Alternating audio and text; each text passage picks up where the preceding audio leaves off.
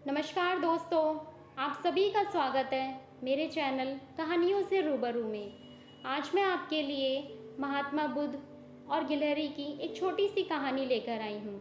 ये कहानी अगर आपको अच्छी लगे तो वीडियो को लाइक और चैनल को सब्सक्राइब ज़रूर कीजिएगा। तो चलिए इस कहानी की शुरुआत करते हैं। भगवान बुद्ध आत्मज्ञान की खोज में तपस्या कर रहे थे। उनके मन में विभिन्न प्रकार के प्रश्न थे। उन्हीं प्रश्नों का उत्तर चाहिए था, लेकिन अनेक प्रयासों के बाद भी उन्हें सफलता नहीं मिली।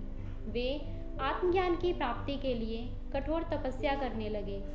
अनेक कष्ट सहन किए, कई स्थानों की यात्राएं की, परंतु जो समाधान उन्हें चाहिए था वे उन्हें नहीं मिला। एक दिन उनके मन में कुछ निराशा का संचार हुआ। सोचने लगे, धन, माया, मोह और संसार की समस्त वस्तुओं का भी त्याग कर दिया, फिर भी आत्मज्ञान की प्राप्ति नहीं हुई। क्या मैं कभी आत्मज्ञान प्राप्त कर सकूंगा? मुझे आगे क्या करना चाहिए? इसी प्रकार के अनेक प्रश्न बुद्ध के मन में उठ रहे थे।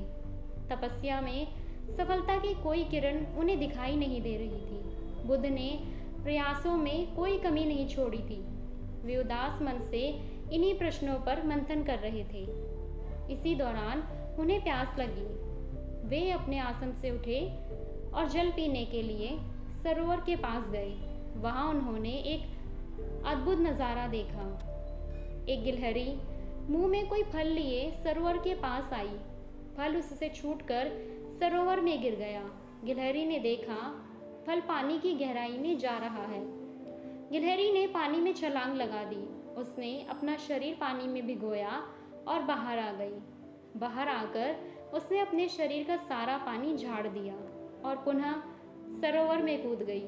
उसने ये क्रम जारी रखा। बुद्ध उसे देख रहे थे, लेकिन गिलहरी इस बात से अनजान थी। वे लगातार अपने काम में जुटी हुई थी। बुद्ध सोचने लगे, ये कैसी गिलहरी है? सरोवर का जल ये कभी नहीं सुखा सकेगी। लेकिन इसने हिम्मत नहीं हारी। यह पूरी शक्ति लगाकर सरोवर को खाली करने में लगी है। अचानक बुद्ध के मन में एक विचार उदय हुआ।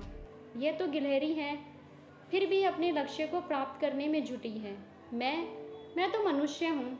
आत्मज्ञान प्राप्त नहीं हुआ तो मन में निराशा के भाव आने लगे। मैं पुनः तपस्या में जुट जाऊंगा।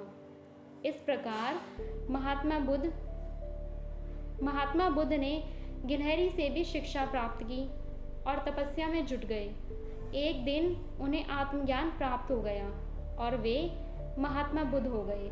इस तरह हमारी कहानी महात्मा बुद्ध और गिलहरी यहीं पर ख़त्म होती है। ये कहानी आपको कैसी लगी, आप हमें कमेंट सेक्शन में ज़रूर बताइएगा। Thank you for watching.